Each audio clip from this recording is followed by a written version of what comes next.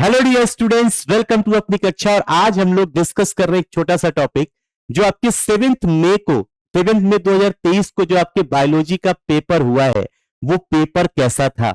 मैं यहाँ पे स्पेसिफिकली बायोलॉजी की बात इसलिए कर रहा हूं क्योंकि मैं बायोलॉजी डील करता हूं, बट मैंने अपने फ्रेंड्स से, जो हमारे कलीग्स हैं, दूसरे फैकल्टीज हैं, उन लोगों से डिस्कस किया था कि अगर हमें इस पेपर के बारे में डिस्कशन करना है बच्चों से तो हमें क्या बोलना है। कि अगर मैं एक ओवरऑल पेपर का व्यू दूं तो लोगों का यही कहना है कि आपका जो ये 7 मई को पेपर हुआ है, ये पेपर मोर और लेस सिमिलर है जो लास्ट ईयर का पैटर्न था।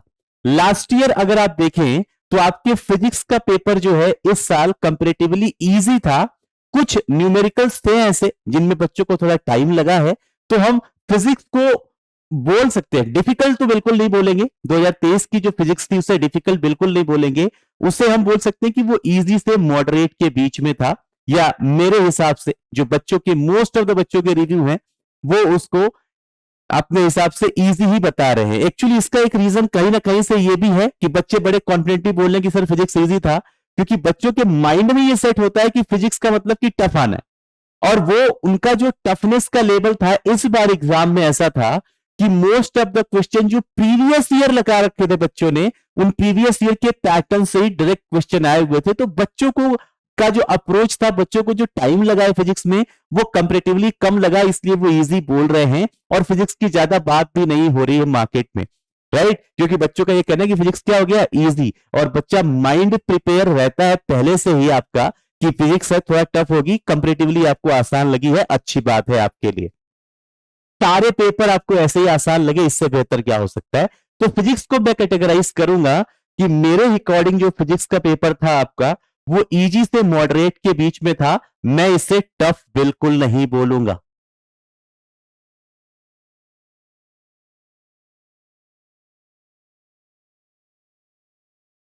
रही बात केमिस्ट्री की, जब मैं बात करता हूं केमिस्ट्री की, तो केमिस्ट्री का जो पेपर था, बच्चों का ये एनालिसिस है कि केमिस्ट्री में जो क्वेश्चन थे वो बच्चों को करने में मजा आए।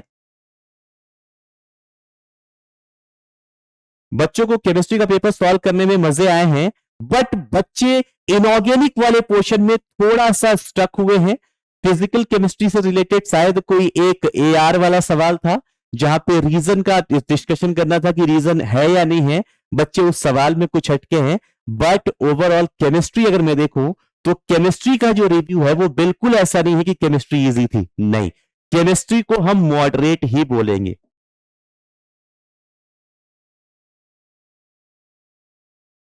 केमिस्ट्री को हम मॉडरेट ही बोलेंगे, केमिस्ट्री को इजी नहीं बोलेंगे। लेकिन जब मैं बात करूंगा बायोलॉजी की, ये मेरा सब्जेक्ट है, ये मैं आपको पढ़ाता हूं। अगर मुझसे कोई पूछे कि सर बायोलॉजी कैसी थी, तो मैं सबसे पहले ये बोलूंगा कि मैंने आपको 1000 बार बोला होगा ड्यूरिंग द लेक्चर, जब हम ये पूरा कोर्स कंप्लीट कर रहे थे अपने नीट वाला, कि बेटा एनसीईआरटी के अलावा कुछ नहीं पढ़ना है। एनसीईआरटी के अलावा कुछ नहीं पढ़ना। अगर एनसीईआरटी ने 100 दिया था तो मैंने आपको 110 तक करवाया था। 10% एक्स्ट्रा चीजें, वो भी इसलिए ताकि आप एनसीईआरटी को अच्छे से और प्रॉपर समझ पाओ। ऐसा कुछ टारगेट नहीं था कि ज्ञान दिखाना था, टारगेट यह था कि आपकी एनसीईआरटी जो बुक है, आपकी जो बाइबल है, जो गीता है, जो कुरान है आपकी मेडिकल प्रिपरेशन में, आप उसकी हर लाइन को, आप उसके हर वर्ड को बहुत अच्छे से समझ पाए। और जब आपका कमेंट आता था, मुझे वो कमेंट अभी भी मेरा ये पूरे थ्रू आउट द ईयर का बेस्ट कमेंट है, जब आप लोगों ने ये बोला मुझे कि हां सर अब एनसीईआरटी बोल रही है। मैंने जब भी बोला कि बेटा एनसीईआरटी बोलती है, एनसीईआरटी बोलती है, और जब आप लिखते हो ना कि सर अब पढ़ने में एनसीईआरटी बोल रही है, वो बेस्ट कमेंट है, वो मेरा सबसे फेवरेट कमेंट है। जितने भी चैप्टर्स में जितनी भी बार आप लोगों ने बोला है, मैं ये चाहता हूं कि बच्चों को भी ये लगे कि हां अब मैं एनसीईआरटी पढ़ रहा हूं तो लिटरली एनसीईआरटी का हर वर्ड, हर लाइन, हर कॉन्सेप्ट मुझे क्लियर समझ में आ रहा है। और कहीं पे कुछ लिखा है तो क्यों लिखा है, और कहीं पे अगर ये चीज नहीं लिखी है तो क्यों नहीं लिखी है। मैंने कोशिश की है कि मैं आपको इस लेवल की तैयारी करवाऊं। बहुत सारे वन शॉट्स हैं आपके यूट्यूब पे, आपने देखा होगा। मुझे नहीं लगता कि किसी चैप्टर को किसी टीचर ने खत्म करने में यूट्यूब चैनल पे 16 घंटे, 18 घंटे, 20 घंटे लगाए हैं, लेकिन मैंने आपको ऑनलाइन पे ऑफलाइन वाला फील देने के लिए प्रॉपर सब कुछ हैंड रिटन लिखा है जहां तक लिख सकता था। लास्ट के कुछ 1-2 यूनिट डिस्टर्ब हुए, बिल्कुल हुए, क्योंकि मैंने आपको पहले भी बताया था हमारा नया सेंटर सेटअप हो रहा था दिल्ली में। उस सेटअप के चक्कर में 8-10 दिन थोड़ा सा ऐसा गया कि एंड का टाइम बहुत ज्यादा यूटिलाइज नहीं कर पाया मैं, बट फिर भी जो लास्ट के चैप्टर्स जो मैंने करवाए, इकोलॉजी के आपके स्पेसिफिकली 2 चैप्टर्स की बात कर लो, या उसके पहले बायोटेक तो मैंने करा ही दी थी, तो जो भी मैंने कराया है वो ऐसा था, स्ट्रेटजीज वाला एक चैप्टर नहीं करवाया आपको, इनहेंसमेंट वाला, वो मैंने, मुझे याद है बेटा, वो मैंने इसलिए नहीं कराया क्योंकि मैंने आपको बोला था प्रीवियस ईयर कर लेना, वहीं से सवाल आ जाएगा, और देख लो आ गया है। इकोलॉजी में मैंने इवोल्यूशन, सॉरी इकोलॉजी में पोल्यूशन नहीं कराया, और आपको बायोडाइवर्सिटी वाला चैप्टर नहीं, बायोडाइवर्सिटी करवाया मैंने आपको, इकोसिस्टम वाला चैप्टर नहीं कराया, लेकिन मैंने बोला था एनसीईआरटी कर लेना बेटा, प्रीवियस ईयर से आ जाएगा, वहीं से सवाल आया है। मैंने वो जगह छोड़ी है जहां पे नए सवाल नहीं बन सकते हैं, जहां पे पुराने सवाल ही रिपीट होंगे, वो आप कर लोगे खुद ही, ये मान के, है ना। बट बेटा अगर 38 चैप्टर में से 35 चैप्टर करवाया है मैंने, 3 चैप्टर आपके भरोसे छोड़ा, वो भी ये बोल के कि एनसीईआरटी जो कर रहे हो कर लेना, तो अगर आपने किया है तो एक सिंगल क्वेश्चन ऐसा नहीं था। हालांकि एक टीचर को एज ए बायोलॉजी फैकल्टी ये बात बोलना मुझे बिल्कुल पसंद नहीं है, ना मैं सुनना चाहता हूं। मैंने देखा है बहुत से लोग ऐसे क्लेम करते रहते हैं ना कि जो पढ़ाया था वही आया, जो पढ़ाया था वही आया, जो पढ़ाया था वही आया। भाई सिलेबस ही तो पढ़ा रहे हो, कुछ नया पढ़ा रहे हो आप, सिलेबस ही तो पढ़ा रहे हो, और जो सिलेबस है वहीं से सवाल आ रहे हैं। तो क्या कर दिया आपने? इंपॉर्टेंट यह है कि क्या आपने सिलेबस को इतना इजी बनाया, क्या आपने सिलेबस को इतने ज्यादा कंफर्टेबल किया बच्चों को कि उन्हें वो पढ़ने में मजा आया, वो इंटरेस्टिंगली सारी चीजों को पढ़ पाए, सीख पाए, वो इंपॉर्टेंट है यार। ये क्लेम करना कि जो पढ़ाया था वही आया, जो पढ़ाया था वही आया, भाई एनसीईआरटी ही पढ़ा रहे हो आप, और एनसीईआरटी आएगा, मैं भी बोल सकता हूं, लेकिन अगर जो पढ़ाया था वही आया तो बच्चा क्यों नहीं कर पाया? क्योंकि बच्चे तक वो चीज जैसे डिलीवर होनी थी नहीं हो पाई। मैं अपने आप को मैं तब बोलूंगा कि मैंने जो पढ़ाया वही आया जब सभी बच्चे बराबर बराबर करने लगेंगे। एक बच्चा 280 लेके आ रहा है, एक बच्चा 360 लेके आ रहा है, ये 80 नंबर का गैप क्यों आया? ये मेरी गलती है, ये मेरी रिस्पॉन्सिबिलिटी है। कि अगर कोई बच्चा मेरे क्लास में पढ़ता है और वो मुझे बोलता है कि सर मेरे 280 मार्क्स आए हैं, और एक बच्चा बोलता है कि सर मेरे 360 मार्क्स आए हैं, मैं 360 वाले को तब तक एंजॉय नहीं करूंगा, जब तक मेरा सारा का सारा बच्चा 340 प्लस लेके नहीं आएगा।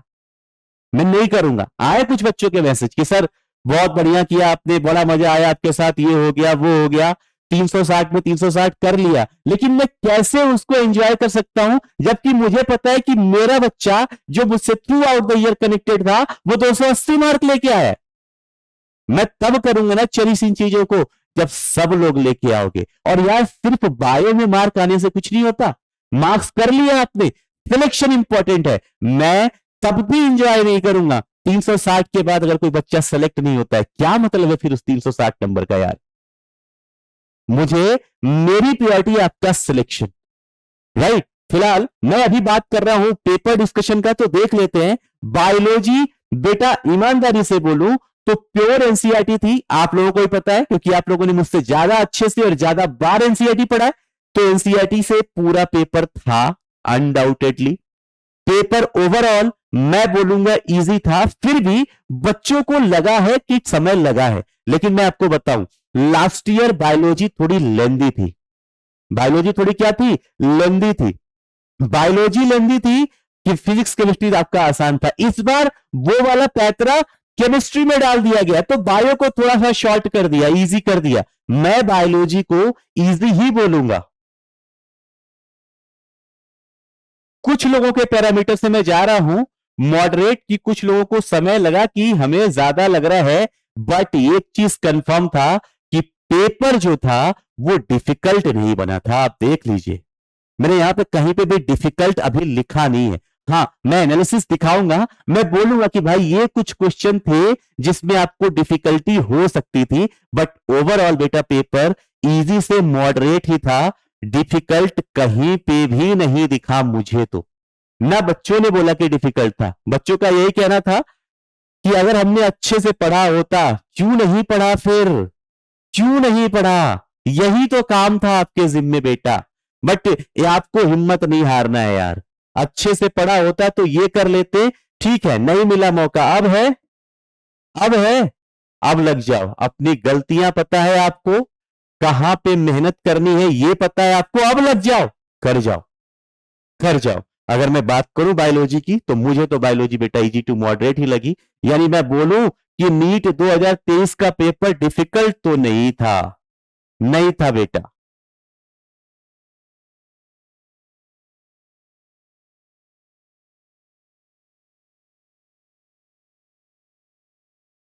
ये याद रख लो। और ये सबसे बड़ा दर्द है कि अगर पेपर डिफिकल्ट नहीं था, इसका मतलब पता है आपको कि आपका कट ऑफ बढ़ेगा।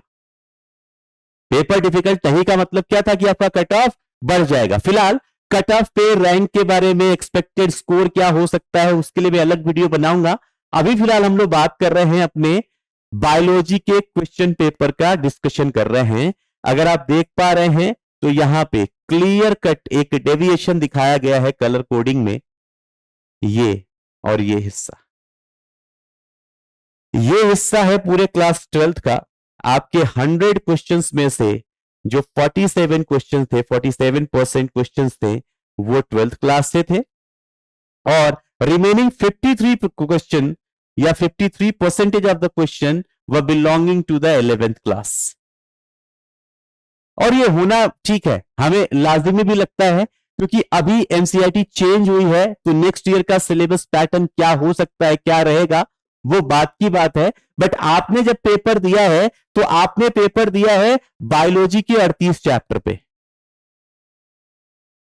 आपने दिया है बायोलॉजी के 38 चैप्टर्स के हिसाब से पेपर दिया है आपने, जिसमें से 11th में आपके 22 चैप्टर्स थे और 12th में आपके 16 चैप्टर्स थे। तो ठीक है यार, अगर यहाँ पे 22 चैप्टर्स है, 22 चैप्टर्स है 11th में, तो एक चैप्टर से 2 क्वेश्चन एवरेज लेके आ गए।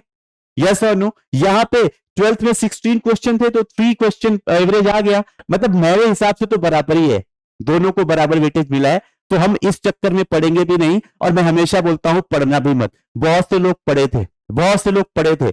इस बार मेरा ये मन था कि मैं इकोलॉजी कंप्लीट करूं और बायोटेक को छोड़ूं, क्योंकि पैटर्न ऐसा होता रहा है। लेकिन बच्चों के इतने कमेंट्स आए, sir biotech biotech biotech biotech biotech biotech, कि इकोलॉजी छोड़ के मैंने बायोटेक करवाया। पहले हुआ क्या, क्योंकि बच्चों को लग रहा था कि एक बार 8 सवाल आ गए, एक बार 6 सवाल आ गए, तो जो 2 साल में 14-15 सवाल बन गए, तो इस साल भी 7-8 सवाल आ जाएंगे। नहीं होता ऐसा यार, हर बार पैटर्न कुछ ना कुछ चेंज होता है।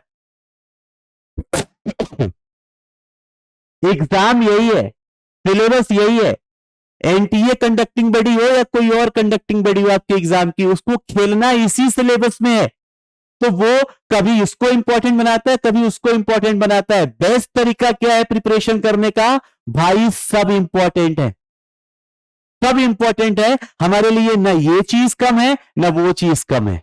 यस और नो? अब नई एनसीईआरटी में काफी कुछ चेंजेस हैं, तो अगली साल के बारे में क्या होगा, अभी एनटीए जल्द ही, अभी आपका ये एग्जाम कवर हुआ है, तो जल्द से जल्द कुछ ना कुछ सर्कुलर निकालेगा और वो बताएगा कि अगले साल क्या करना है हमें। क्या हमें ये पूरे 38 चैप्टर्स पढ़ने हैं, या हमें क्या करना है, हमें तुरंत ही नई एनसीईआरटी पे शिफ्ट हो जाना है। उसका पता लगेगा आपको बहुत जल्दी। हालांकि आपको बताऊं, एनसीईआरटी इसके पहले भी चेंज हुई है, एनसीईआरटी में इसके पहले भी काफी मॉडिफिकेशंस हुए हैं। वो मॉडिफिकेशन होने के बाद 100% वो मॉडिफिकेशन लागू होने में हर बार 1-2 साल 3 साल का समय लिया है एग्जामिनर ने, हर बार लगा है। ऐसा नहीं कि 2007 में चेंज हुई तो बिल्कुल फिक्स 2007 के बाद जो 8 का एग्जाम था उसमें नए से आ गया, नहीं, पुराने कुछ क्वेश्चन आते रहे हैं।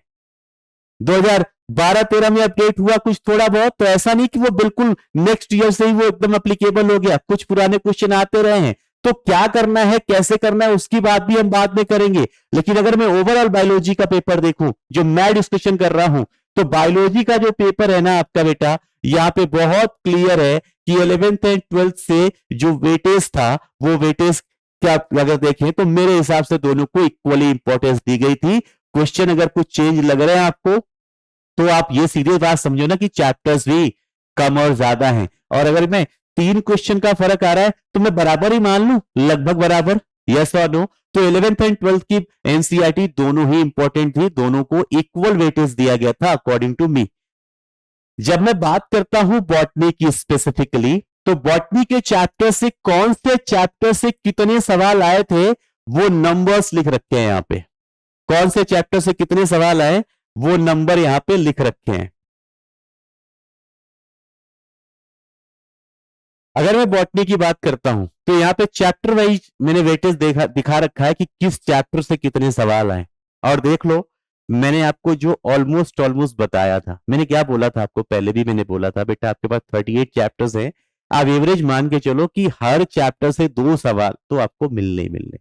कुछ चैप्टर से 3 हो जाएंगे, कुछ ऐसे यूनिट्स है जो पक्की होती है, फिक्स होता है कि वहां से नंबर ऑफ क्वेश्चन ज्यादा होते हैं, जैसे रिप्रोडक्शन की यूनिट हो गई, जैसे कि आपके जेनेटिक्स वाला पार्ट हो गया। जेनेटिक्स में प्रिंसिपल और मॉलिक्यूलर इनके फिक्स है कि इनके थोड़े नंबर ना हमेशा ज्यादा रहेंगे। आप प्लांट फिजियो में चले जाए तो बाकी चैप्टर से आप एक एक एक्सपेक्ट करो, बट आप ये एक्सपेक्ट करो कि फोटोसिंथेसिस और रेस्पिरेशन से नंबर ऑफ क्वेश्चन एक एक ज्यादा आएंगे। इससे ज्यादा कुछ ज्यादा चेंज नहीं होता। आपको बेस्ट तैयारी करनी है तो आपको यही मान के चलना है। इससे क्या होता है कि आपके सारे चैप्टर इक्वली इंपॉर्टेंट लगते हैं। और आप यहां से देख रहे हो ना, ये लिस्ट देखो ना, 2 से 3 बाकी आए सब चैप्टर से, plant kingdom, morphology, anatomy, cell cycle, transport, mineral, photosynthesis, respiration, plant growth and sexual reproduction in flowering plant. यहां पे देख लो लगभग सबसे 2 से 3 2 से 3 2 से 3 2 से 3 चलते रहे। यस और नो। यहां पे जब हम आगे आए हैं, प्रिंसिपल ऑफ इनहेरिटेंस, मैंने क्या बोला, जेनेटिक्स वाले पे थोड़ा सा चांसेस ज्यादा होते हैं, 3 सवाल। मॉलिक्यूलर बेसिस ऑफ इनहेरिटेंस 5 सवाल। जेनेटिक्स से जोड़ लो तो यहां से 8 क्वेश्चन हैं। बार बार मैं बोलता रहा हूं, आप जाके चाहो तो देख लेना, अगर किसी को भूल गया है तो, कि बेटा जेनेटिक्स आपको 8 to 10 क्वेश्चन देने वाली है। देख लो, 8 to 10 क्वेश्चन देने वाली है, 8 सवाल है। रिप्रोडक्शन में हमेशा बोला है कि 5 सवाल, 3 से 5 सवाल लेके चलो रिप्रोडक्शन की ओवरऑल यूनिट से 5 सवाल मिनिमम आना है। अगर मैं अभी रिप्रोडक्शन की बात करूं, sexual reproduction in flowering plant से 2 क्वेश्चन दिख रहा है आपको, यहाँ पे 2 क्वेश्चन। बाकी अभी मैं दिखाऊंगा आपको रिप्रोडक्शन की यूनिट को। रिप्रोडक्शन इन ऑर्गेनिज्म से सवाल नहीं आया है, कोई बात नहीं।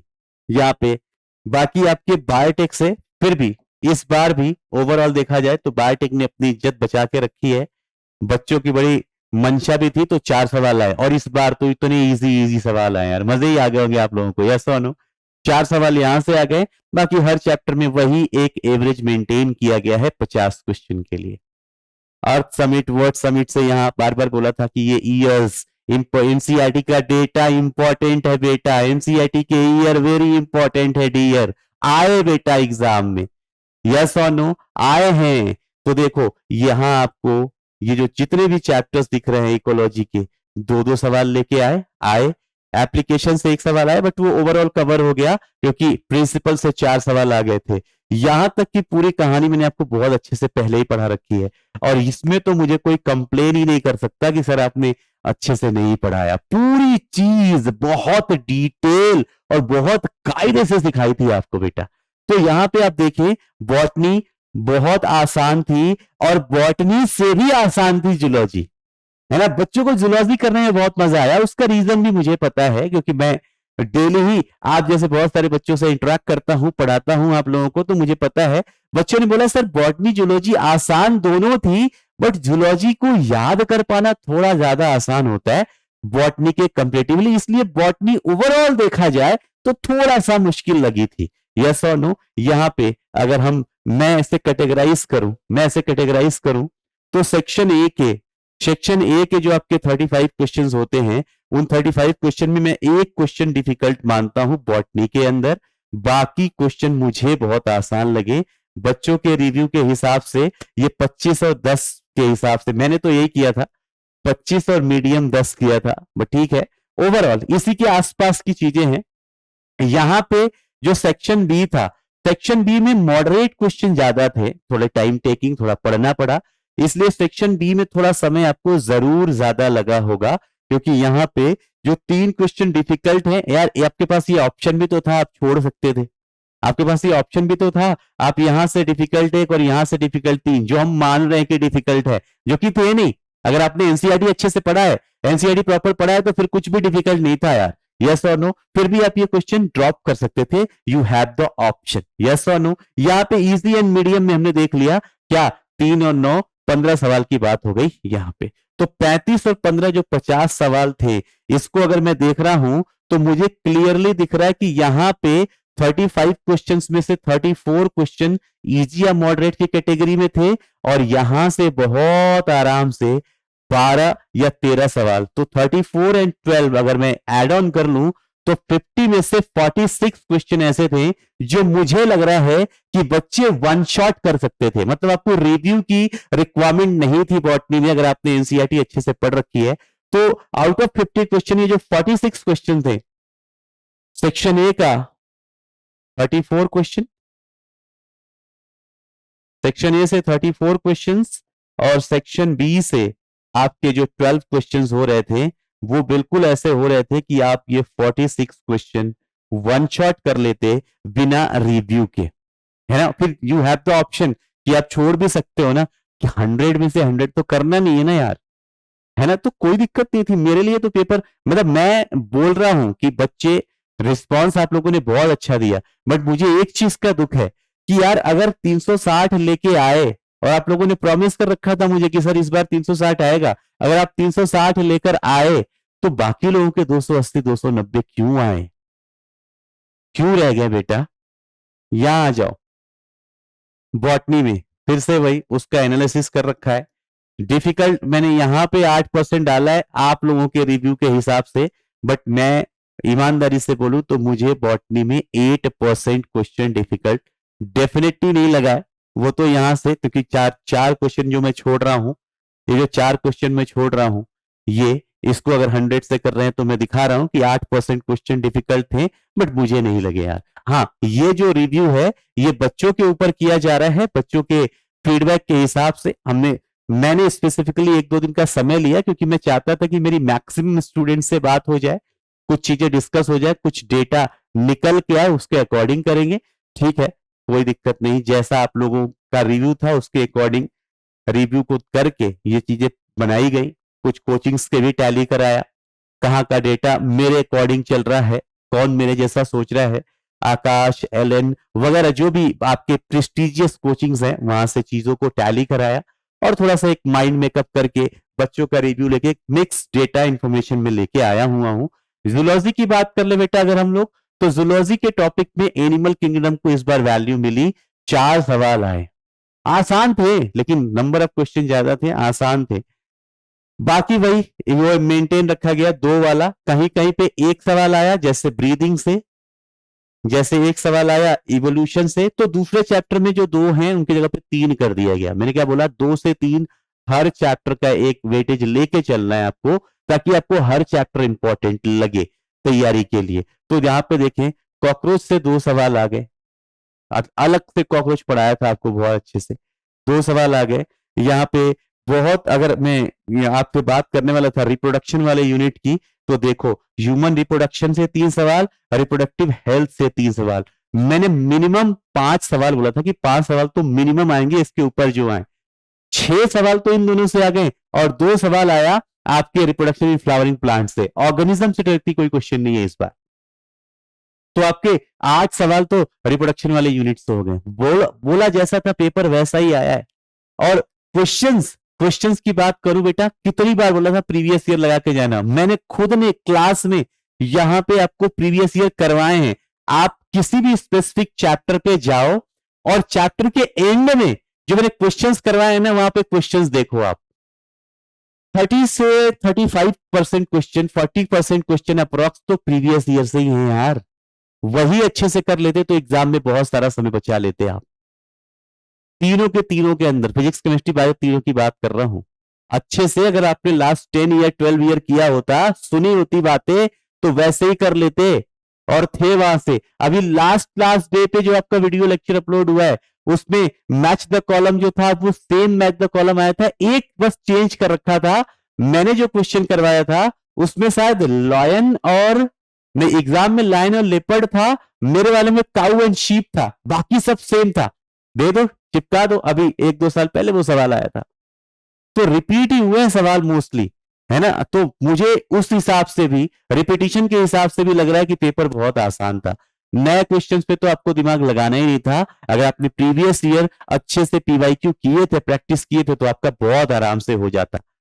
चलो, तो जूलॉजी में, यहाँ पे जूलॉजी जब हम देख रहे हैं तो यहाँ पे बेटा स्ट्रेटजी से एक सवाल था। अब आप बोलोगे कि सर ये सेल वाला तो आपने वहां पे भी लिख रखा था, वहां पे क्यों? एक्चुअली क्या है कि ऐसा सवाल था कि वो मिक्स था, मतलब सेल बॉटनी जूलॉजी दोनों में कॉमन है, इसलिए उसको यहाँ लिया। सेल डिवीजन बॉटनी जूलॉजी दोनों में कॉमन है, तो यहाँ पे ताकि आपके 50 क्वेश्चन के जो क्राइटेरिया है वो पूरा हो जाए, इसको इस हिसाब से मिक्स किया गया है। और वहां पे ये सवाल जो थे वो कैटेगराइज करके दिए गए थे कि वो जूलॉजी में पूछे जा रहे हैं, इसलिए ये लिस्ट बनाई गई है ऐसी। राइट बेटा, तो यहाँ पे हम सेल की यूनिट की बात कर चुके हैं ऑलरेडी, हम बायोमोलिक्यूल की बात कर चुके हैं, हम प्रिंसिपल और इसकी बात कर चुके हैं ऑलरेडी।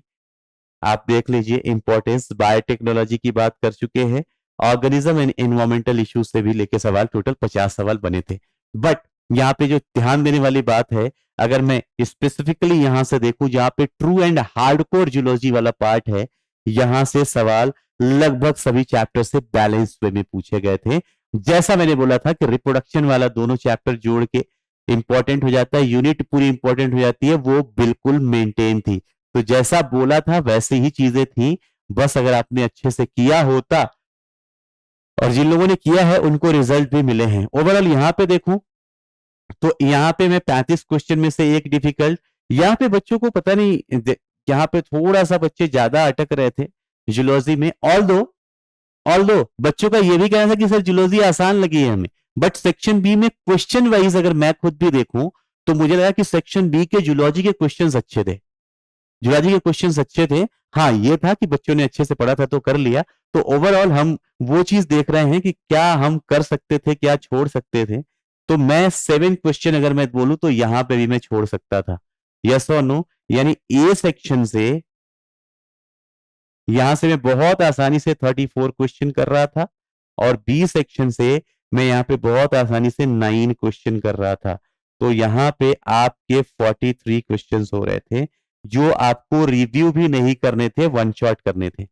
तो टोटल बायोलॉजी में अगर मैं बात करूं तो बॉटनी के अंदर आप 46 क्वेश्चन कर रहे थे और जूलॉजी के अंदर 43 क्वेश्चन कर रहे थे, तो आपका 89 क्वेश्चन आराम से हो रहा था, जिसमें आपको रिव्यू भी नहीं करना था। आपके पास 100 क्वेश्चन का ऑप्शन था, वहां से जो आप 11 क्वेश्चन बच रहे थे उसमें से जरूर आप खोज खाच के एक सवाल तो कर लेते यार, कर लेते, आप कर पाते।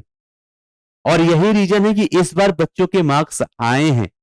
मैं बहुत जल्दी आपको मैसेजेस और कुछ स्क्रीनशॉट्स भी दिखाऊंगा, कोशिश करूंगा। अभी एक्चुअली क्या है कि मुझे परमिशन नहीं है ऐसे चैट्स को वो दिखाने की, नहीं तो मैं दिखाता कि बहुत सारे बच्चों के आए हैं कि सर हमारे 456 वाले, वो मेरा पैटर्न पता नहीं क्या है, सॉरी 356 वाला, कि मेरा ना 356 से क्या ही प्यार बढ़ गया है। लास्ट 4 साल से 360 वाला, हाँ इस बार है, इस बार बिल्कुल है। इस बात की खुशी है कि कुछ मैसेजेस आ चुके हैं कि सर 360 आउट ऑफ 360, बहुत बढ़िया बात है। बट 356 से मेरा अलग ही प्यार हो चुका है यार। मैक्सिमम स्टूडेंट लास्ट 2 इयर्स से तो आए नहीं 360 किसी के, इस 356 वाले भर भर के थे। इस बार ठीक है, अभी तक 4 बच्चों के आ गए हैं जिन्होंने बोल दिया कि सर 360 आउट ऑफ 360 है। ट्रूली हार्डकोर आपने जैसा बोला था वही फॉलो किया था, वही किया था। और बच्चे हैं, धीरे धीरे आएंगे सबके कमेंट, सबके मैसेजेस। मैं अब जाके वीडियो बना रहा हूं तो इस पे भी आपको कमेंट में जरूर कुछ बच्चे मिलेंगे ऐसे जिन्होंने किया है। तो बायोलॉजी में ओवरऑल अगर मैं देखूं तो 89 क्वेश्चन मैं बोल रहा हूं इजी वे में थे आपको जो करने थे, जिनमें आपको रिव्यू भी नहीं करना था, वन शॉट हो रहे थे। और ये जो पूरी कहानी है, ये जरूर मैंने किसी एक बच्चे से जिसने किया है, जो 4 बच्चे थे उन 4 बच्चों में से एक बच्चे के साथ प्रॉपर बैठ के डिस्कस किया, जिसने कॉन्फिडेंटली टोटल जो पूरी की पूरी बायोलॉजी है वो 32 मिनट्स में कर लिए थे। जब उसने 32 मिनट्स में किया तो मैंने उससे लिया कि तुमने 32 मिनट में अगर बायोलॉजी का पेपर किया है तो तुम्हें कैसे क्या लगा, उसके साथ और एक कुछ अपने जो दूसरी कोचिंग्स है उनके साथ डेटा वेरी करके मिला के मिक्स करके एक बनाया है। तो उसके हिसाब से बिल्कुल ऐसा हो रहा था। उसने कहा कि सर 32 मिनट में मैं पेपर कर चुका था। उसके बाद मुझे जो अगला बबलिंग में लगा, 3 से 4 मिनट का टाइम मुझे बायोलॉजी की बबलिंग में लगी, और मैं overall with in 40 minute biology करके दूसरे सब्जेक्ट पे जाके लगा हुआ था। राइट? तो होता है, अगर आपने अच्छे से एनसीईआरटी पढ़ रखी है, आपने थोरोली क्लासेस को कर रखा है, तो इतना ही समय लगना था मेरे अकॉर्डिंग पेपर में। और यहाँ पे वो जो 7 क्वेश्चन मैंने निकाले हैं, उसके हिसाब से मैं बोल रहा हूं डिफिकल्टी 14%। हाँ, मैं ईमानदारी से, मुझे खुद भी जूलॉजी के क्वेश्चन ज्यादा अच्छे लगे, मैंने इसलिए वो कैटेगराइज किया है। बट ये भी था, क्वेश्चन अच्छे थे, बट अगर किसी ने भी एनसीईआरटी थोड़ी ठीक से पढ़ी है तो उसको करने में समय नहीं लगा था, उसने कर लिया था। जैसे मैंने आपको अभी एक बच्चे का नाम बताया, समय आएगा उसका नाम डिस्क्लोज भी किया जाएगा, उसको उसका इंटरव्यू भी दिखाया जाएगा आपको, but with the time, by the time जैसे चीजें होंगी उस हिसाब से ये जूलॉजी का सीन रहा। तो ये ओवरऑल आपके बायोलॉजी के पेपर का था, जो मेरे हिसाब से, अगर मैं बायोलॉजी बोलूं तो मेरे हिसाब से इजी थी। वैसे पहले भी बता दिया आपको कि फिजिक्स का पेपर लोगों के हिसाब से, अभी तक बच्चों और फैकल्टीज के हिसाब से मॉडरेट ही बोला जा सकता है। इस बार फिजिक्स बिल्कुल डिफिकल्ट के कैटेगरी में नहीं आई है। बायोलॉजी भी मोस्ट ऑफ द स्टूडेंट्स को बहुत इजी लगी है, बहुत स्मूथली उन लोगों ने कर लिए। हाँ, इस बार थोड़ा सा परेशान आप लोगों को केमिस्ट्री ने किया है। ठीक है, एग्जाम है, हर बार कोई ना कोई सब्जेक्ट नया ट्विस्ट एंड टर्न लेके आता रहेगा। आप लोग बायोलॉजी का डिस्कशन यहां से देखें, और अपने मार्क्स, जो भी मार्क्स आपके ओवरऑल आ रहे हैं, ओवरऑल नहीं बताना तो बायोलॉजी के मार्क्स जरूर कमेंट सेक्शन में बताना। बहुत ही जल्दी आप लोगों के लिए आपके कॉलेजेस की लिस्ट, आपको कैसे काउंसलिंग करानी है, क्योंकि एग्जाम हो चुका है। और as a being faculty, as a being teacher, मेरे 2 बड़े इंपॉर्टेंट काम है कि अगर मैंने 1 साल पूरे पढ़ाया है, और कोई जो भी मुझसे 200, 500, 1000 बच्चे मुझे फॉलो करके पढ़ रहे थे, उनमें से जिनका भी सिलेक्शन हो रहा है, उनके मार्क्स के अकॉर्डिंग उनको मैं बेस्ट कॉलेज प्रोवाइड करवा पाऊं, ये मेरी जिम्मेदारी है। जो बच्चे ऐसे हैं जो बिल्कुल बॉर्डर लाइन पे आके रुके हुए हैं, उनको कैसे टैकल करना है, उनको कैसे देखना है, वो मेरी जिम्मेदारी है। तो मैं एग्जाम के साथ तक, एग्जाम तक तो था आपके साथ, आपको सिलेबस जो पढ़ाना था वो पढ़ाया, एग्जाम के बाद तक साथ रहूंगा जब तक आपको कॉलेज नहीं पहुंचाऊंगा। और आगे की वीडियोस भी देखना, कुछ इंपॉर्टेंट इंफॉर्मेशन लेके, कुछ इंपॉर्टेंट इंफॉर्मेशन लेके मैं बहुत जल्दी फिर से मिल रहा हूं। See you very soon, God bless, take care, have fun.